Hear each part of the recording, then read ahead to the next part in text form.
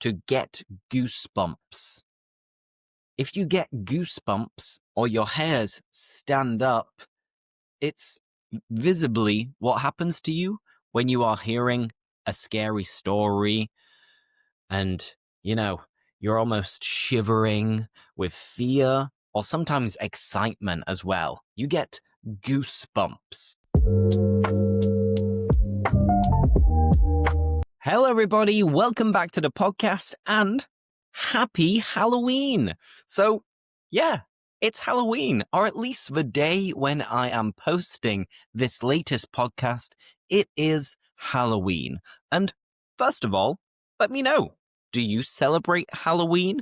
Is Halloween common in your country? And if not, do you have any alternatives? Are there any other things that maybe you celebrate on the same day or in a similar way? I know in Mexico, for example, they have the Day of the Dead, or in other countries, they have the Day of All of the Saints. In my case, I've always celebrated Halloween, but not as much as they do in the United States. In the US, a lot of people say that Halloween is their favorite holiday. And if you're thinking about any classic American TV shows like Modern Family, for example, you'll notice that they'll always have Halloween specials. The same thing happens with The Simpsons. If you're a big Simpsons fan, you'll know that every year they made a Halloween special episode, which was all related to spooky, scary, creepy things with zombies, vampires, aliens, all of these things related to horror and terror. And if you've been listening to this podcast for a while, you'll know that I am a chicken. I'm not very brave. I'm a bit of a coward. So, yeah, for that reason, you can probably imagine that I'm not the biggest fan of Halloween. I don't mind it, but I'm not a huge fan. You see, when I was growing up, like most people in the United Kingdom, we would go trick or treating. So we would go wandering around my neighborhood or a similar neighborhood in my town. I'd usually go and meet up with my friends before, and we all dressed up. So we were all wearing a fancy dress. And typical fancy dresses would be dressing up as a zombie, because it's so easy. Because all you've got to do is get lots and lots and lots of toilet roll, of loo roll. And then, using this loo roll, you'll wrap it all around your body and use some sellotape to stick it together. And like that, if you cover your entire body, in particular most of your head, and only leave a little gap for your eyes and your mouth, then it looks like you are a zombie. So I definitely dressed up as that before, but I've also dressed up before using lots of masks, like some scary masks. I've definitely dressed up as a vampire before, or just general scary characters from horror films or scary characters from Disney movies. And this is what most people do when they're growing up.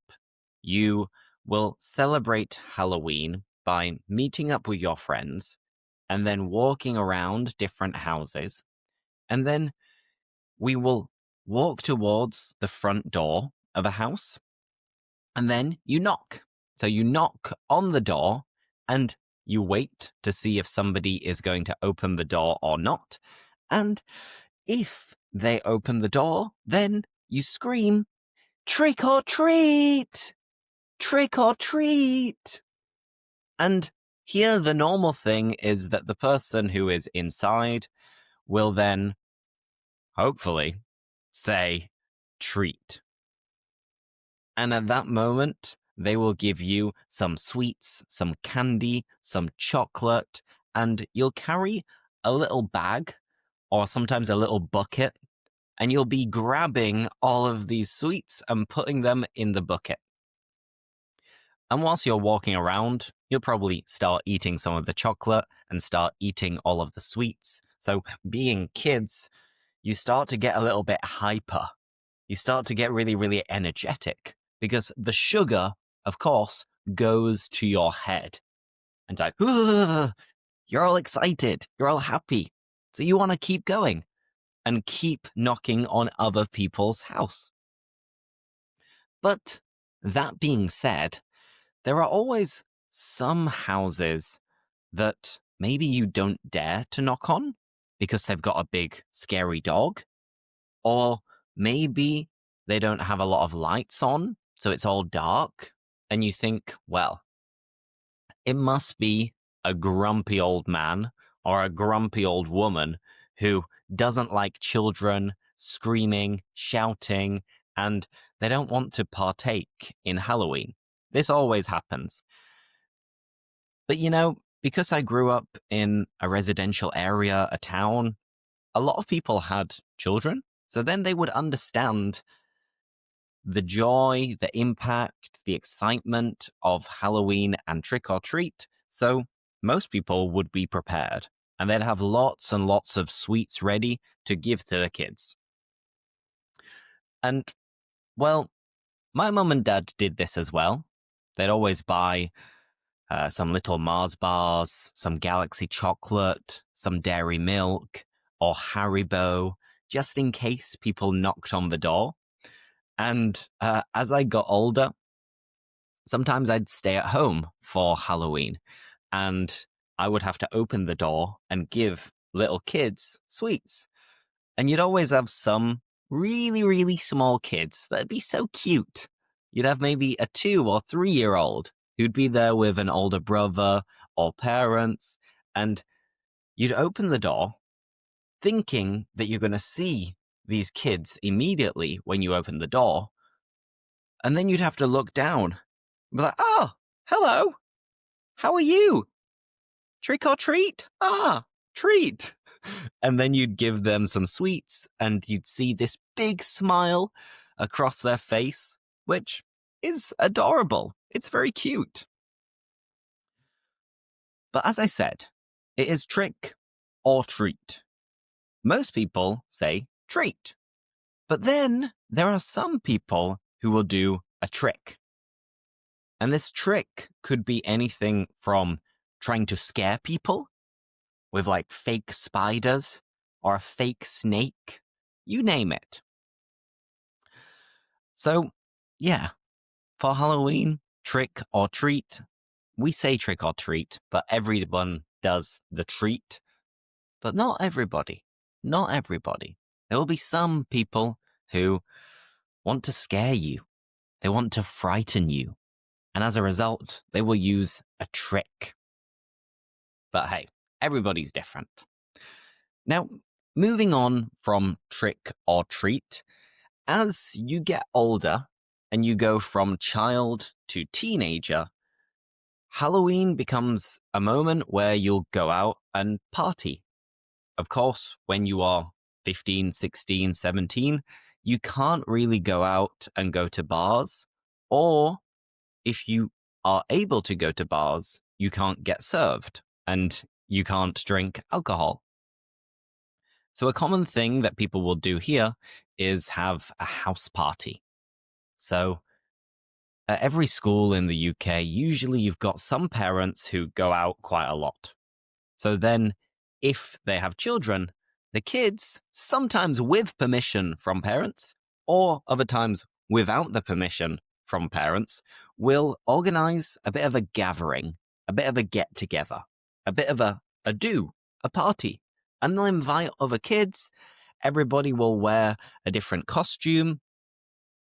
Nowadays, I think people wear less costumes related to horror, and Halloween has become more open to any kind of costume and any kind of fancy dress. So it doesn't have to be something scary like a clown, like a vampire, like a zombie, or like a dead corpse. So that's been opening up, I think, in recent years. And that's when, of course, you have two kinds of people. You'll have people who will wear a costume because they want to look sexy. And then you'll have other people who will wear a costume because they want to look funny.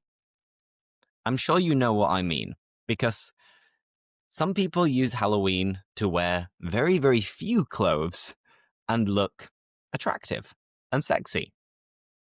And other people will wear, I don't know, ridiculous costumes so they look as funny as possible. I don't know which kind of person you were. If when you go or went to Halloween parties, you'd wear a sexy costume or maybe a funny costume. Personally, I think I had both of these periods of time where I'd wear some costumes where I'm not really wearing a lot, and other costumes where I'm much more comfortable. And nowadays, of course, if I dress up for Halloween, I'm not wearing a sexy costume. No, no, no, no, no. I'm going to wear something nice and comfortable and funny to look as ridiculous as possible. And the last time that I went to a Halloween party was a few years ago, and it was at a friend's house here in Brussels, and I honestly didn't want to dress up. I didn't really want to go to the party anyway, to tell you the truth. But my fiance was going, there were some friends going as well, so I thought, well, why not? It might be quite fun. So I was looking on Amazon, and I typed in Halloween costume or cheap costume. And one of them that I found was the costume for Fred Flintstone. You know, the old-fashioned cartoon. Flintstones, where are the Flintstones? Where the very, very happily. Something similar to that. I don't remember the exact lyrics.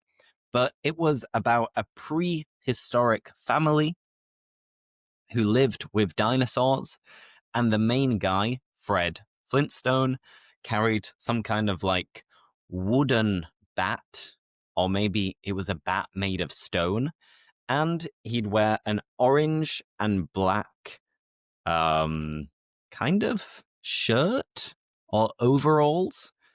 And that's what I bought the last time I went to a Halloween party. And it was fun, but to be honest, I'm in no rush to celebrate Halloween again. And this year for Halloween, I probably won't do anything. I don't think I'm going to do anything. And if I do something, I doubt I'll be getting dressed up. I doubt I'll wear a costume. But anything could happen. Let's not rule anything out. But let me know about you. Do you like Halloween? And do you dress up for Halloween? For some people, it's annoying. For other people, they love it. But I have another question for you now. Do you know the origin of Halloween? Do you know why people celebrate Halloween and where it comes from? I doubt you do. You're probably thinking it's something American. Well, let's find out, because I've looked up the origin of Halloween, and I'm going to tell you about it. So listen up, listen carefully, and you might learn something new. Every day is a school day. Every day you learn something new. So are you ready? Let's find out. Halloween actually started over 2,000 years ago with an ancient Celtic festival called Samhain, pronounced Samhain. And it's celebrated in what's now Ireland, Scotland, and parts of England as well. The Celts, or the Celts, believed that on the night of October 31st, the boundary between the living and the dead became blurred. It was unclear. So spirits could return to Earth, some friendly, but some mischievous. Some were naughty. And to ward off these ghosts, people lit bonfires and wore costumes made of animal skins to disguise themselves from evil spirits. Later, when Christianity spread, All Hallows Eve, the night before All Saints' Day, absorbed many of these pagan traditions. And that's where the name Halloween came from. In the 19th century, Irish immigrants brought these customs to America, where the holiday transformed. Pumpkin carving replaced turnips, and trick-or-treating became popular. Today, Halloween blends ancient superstition, community fun, and modern pop culture, a mix of fear and festivity. And that's it. That is the origin of Halloween. So it is a Celtic festival. It used to be called Samhain, and basically it became transformed, different, and popularized when lots of Irish immigrants moved to America and they took their traditions with them. But of course, it was modernized, blended, and adapted to, well, the United States. So there you go. That is the origin of Halloween. And from there, I'm going to answer some common questions related to the topic. And the question is, do you enjoy scary films, or do you avoid them at all costs? Well, yeah, I'm not really much of a fan of scary movies and scary films. I don't mind some of them, but generally speaking, they're either not that scary because they're so predictable. Like, for example, when you're watching a scary film and you've got a group of people, they're trying to find an exit or they're trying to find a solution to something, and they'll all use this phrase.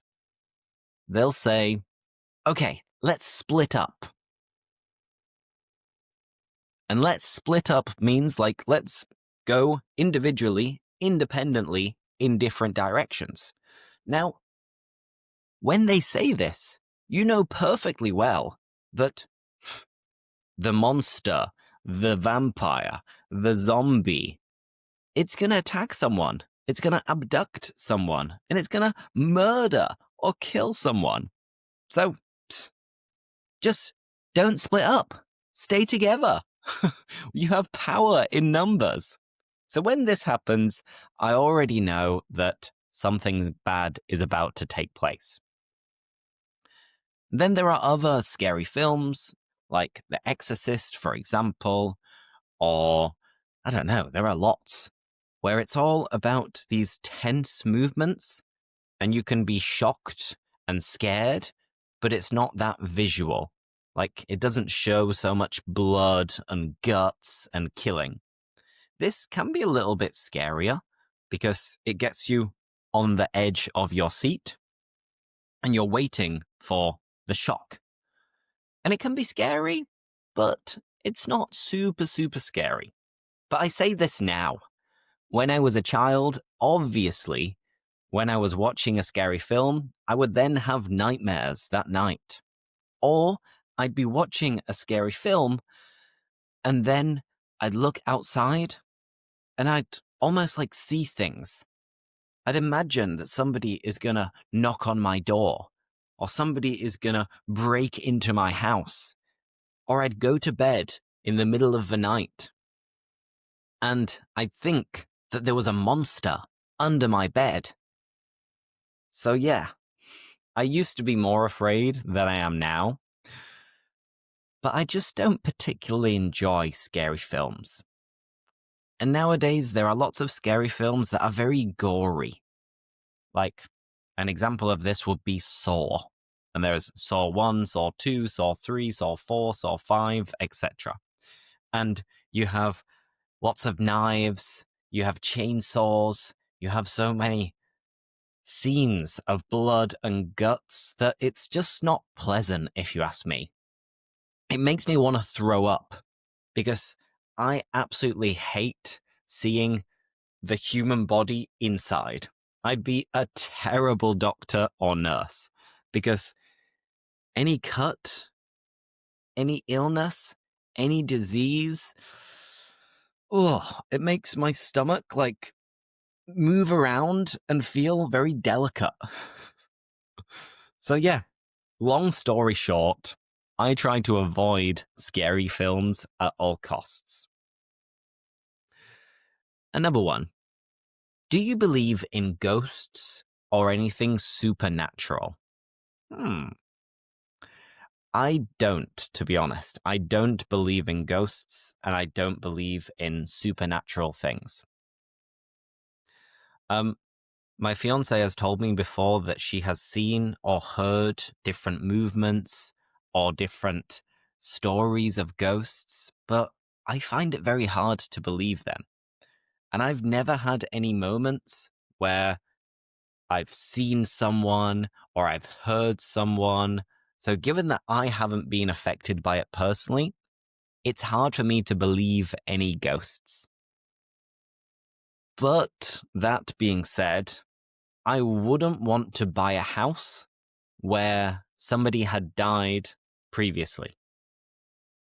Because I heard a story the other day that a couple had bought a house in Valencia in Spain, and then upon going to the house, they were looking in different rooms, and they found like a storage room where an old man was dead, that there was a corpse of an old man there.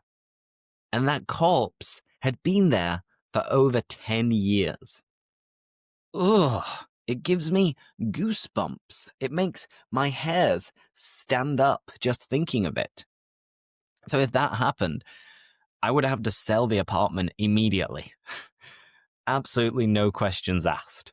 So I can be a little bit sensitive to these things, but because it hasn't happened to me in the flesh, I don't really believe it. And with supernatural stuff like aliens, I believe that another life form, aliens, they probably do exist somewhere in our galaxy, in the solar system, but not in the way that we are led on to believe in films, series where aliens look like E.T., where they look almost like humans, but scarier or weirder.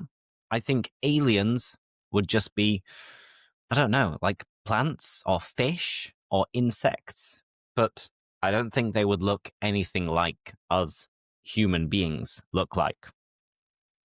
But I'm not sure. Maybe we will find out in the future. Maybe. I hope not, but maybe. And another question. Why not? Is Halloween becoming too commercial? Well, I would say that Christmas is probably too commercial because Christmas, of course, it comes from celebrating, Christianity, Jesus Christ, and all of these things because it originates as a very important religious holiday and festival. With Halloween, I don't mind the fact that it is too commercial. And throughout my lifetime, it has always been a very commercial thing. It's always been a moment to buy sweets, to buy a costume, to have different events related to Halloween. And I think it's quite a nice thing during the year to have these holidays and have these celebrations because especially when you're in autumn, November is around the corner. It's a time that can be a little bit, boring. Summer is over. Days are getting much, much shorter. So it's good to have these little parties in the middle to celebrate something, whatever it is. So no, I don't think that Halloween is becoming too commercial. Now, let me go over some expressions. Let me teach you some expressions related to Halloween. And my first expression is a skeleton in the closet. So if you have a skeleton in the closet, it means you have a secret from the past. As they say, everyone's got a skeleton in the closet. They have almost a dark truth that they are trying to hide. A skeleton in the closet, which is a secret from the past. From there, the second one is just different ways of saying very, very scared. So, scared, perfect. Afraid, perfect. Frightened, awesome. But we can also exaggerate and emphasize by saying horrified, terrified, petrified. You could say scared stiff when you cannot move because you're so scared. Or even scared to death. I was scared to death watching that horror movie. And on that note, something to review is terrific. Because in some languages, terrific means very, very scary. But in English, it doesn't usually have that meaning. If you say that something is terrific, you're saying it's fantastic, it's amazing, it's wonderful, it's awesome.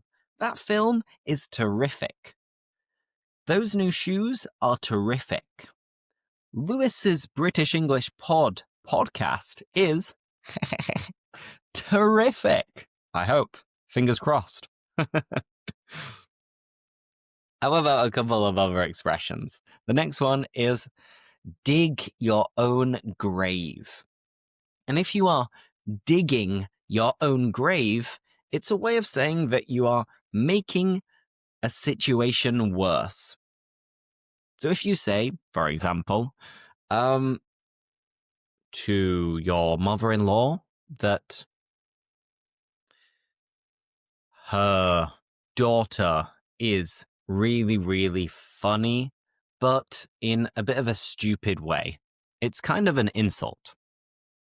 But then if you want to try to justify it by saying that, yeah, she's hilarious because she's so dumb, then you would be digging your own grave. You're making this situation worse for yourself. And as a joke, many people will say, ha, go on, keep digging. Like, keep making it worse for you. Now, number 4, another expression, which is jump out of your skin. So if you jump out of your skin, you get suddenly very, very shocked. When I saw the spider, I jumped out of my skin. I got really, really scared. And finally, number 5, I've already used it. It was to get goosebumps. If you get goosebumps or your hairs stand up, it's visibly what happens to you when you are hearing a scary story and, you're almost shivering with fear or sometimes excitement as well. You get goosebumps. So, there we have some nice expressions. But from there, what I'd like to do is read some scary stories to you. And let's see if you get goosebumps. Let's see if, you are scared to death by the stories. Let's find out. So I'm going to share my screen now, and I have a document which includes these 3 stories. So if you want, you can read at the same time, but it's completely up to you. You decide. It's up to you. Now, the first story is called The Reflection. Are you ready? Let me get started. Emma had always thought her grandmother's old mirror was creepy. It stood in the hallway, tall and heavy, with an ornate bronze frame that curled into strange, twisted shapes. Her gran had told her it was an heirloom, passed down for generations, though no one in the family could remember where it came from. When Emma inherited it, she put it in her bedroom, more out of guilt than fondness. It didn't match anything in the room. Too grand, too old. But she got used to it. Until one night. She was brushing her hair before bed when she noticed something odd. Her reflection's movements seemed delayed, just by half a second, but noticeable enough to make her stop. She leaned in closer. The reflection leaned in too, but the eyes blinked after she did. Emma laughed nervously. It's just the lighting, she told herself. She turned away, switched off the lamp, and got into bed. But in the darkness, she could feel the mirror. You know that feeling when you're being watched. And then came the sound, a faint metallic scrape, as though a fingernail were running down glass. The next morning, she avoided looking at it altogether. But when she came home from work, the mirror was gone. Completely gone. Her mum swore she hadn't touched it. That night, Emma was brushing her teeth when she caught her reflection in the bathroom mirror. Same face, same tired eyes. But as she spat into the sink, the reflection didn't move. It smiled instead. The next day, her mum found the antique mirror back in Emma's room, but Emma wasn't there. Only her reflection was. Dun dun dun! Whew! It's creepy, right? Ugh. Did you get goosebumps listening to the story? Did your hairs stand up whilst listening to the story of the mirror and the reflection? I can guarantee that if this had happened to me, I would be shitting myself. I would be absolutely terrified. I'd be petrified. I'd be moving house, I think. I wouldn't step foot in the house again. I'd be off, far, far away. And now, let's move on to the second scary story. And it's about a missed call. You know, somebody phones you, you have a missed call. So, let me read it. Are you ready? Let me have a little bit of water first. Because, you know, it's very important to stay hydrated.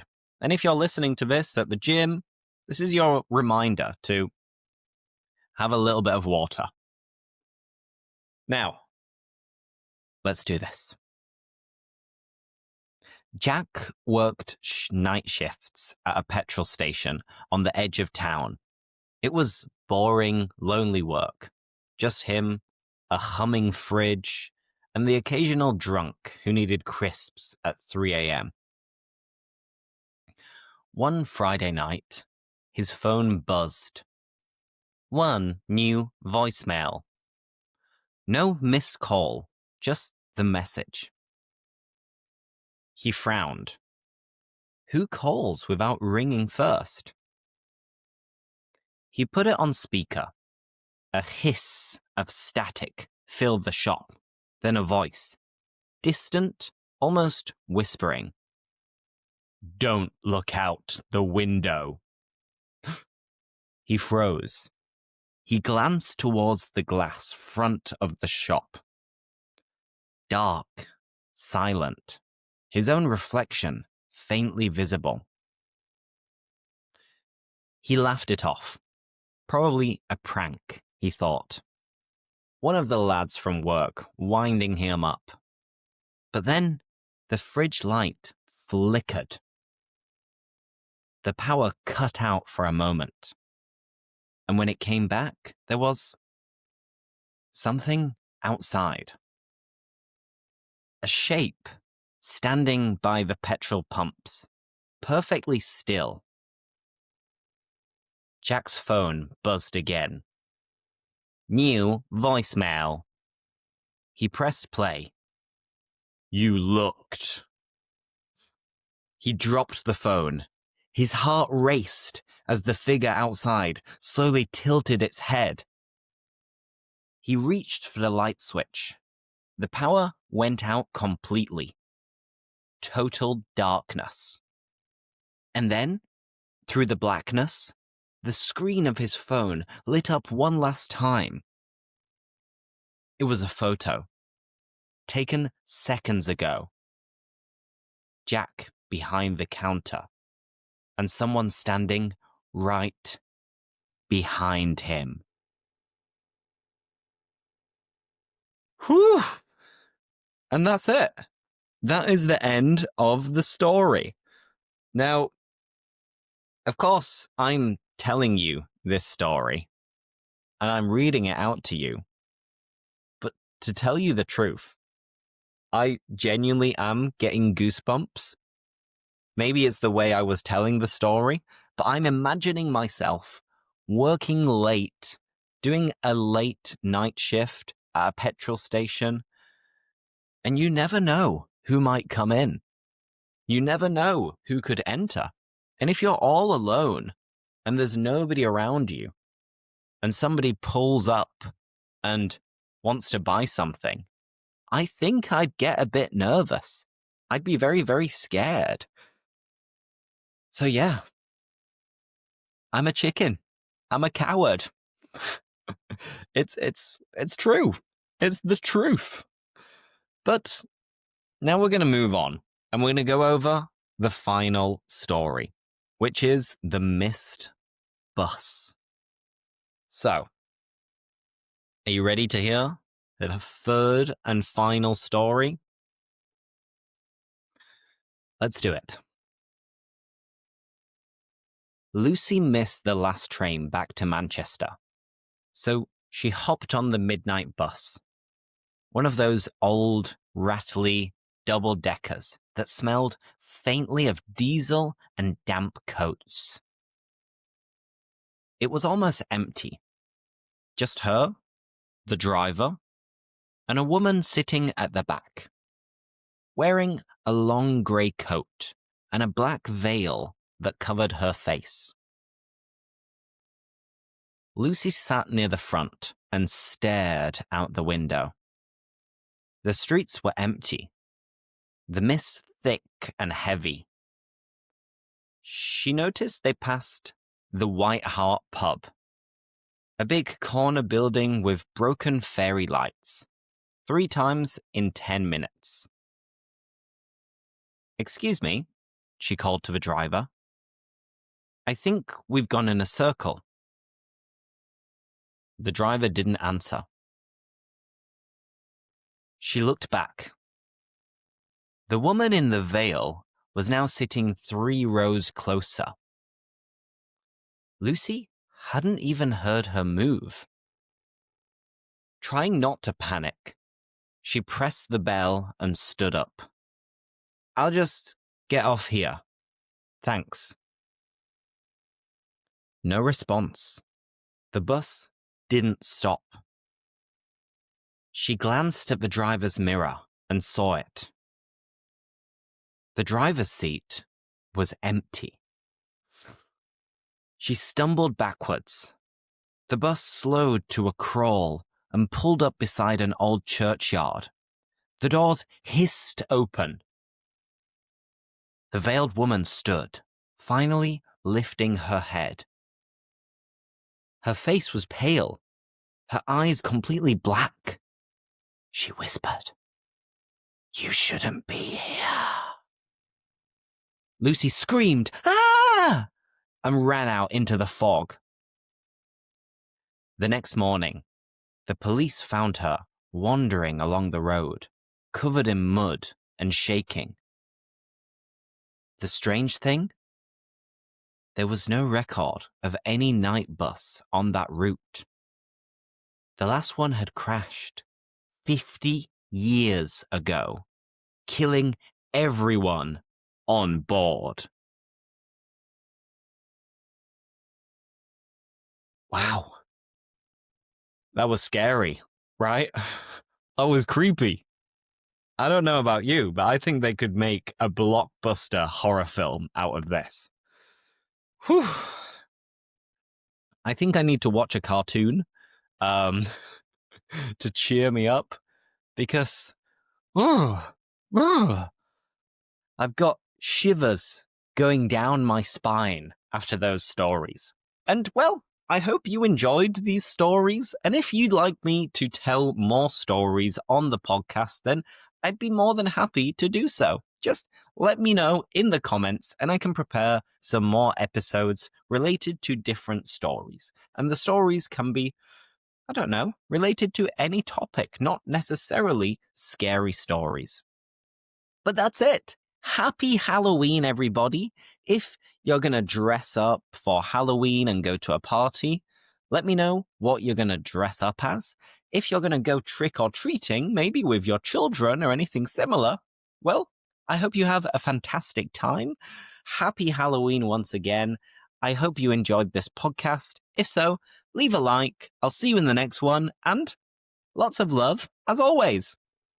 Bye!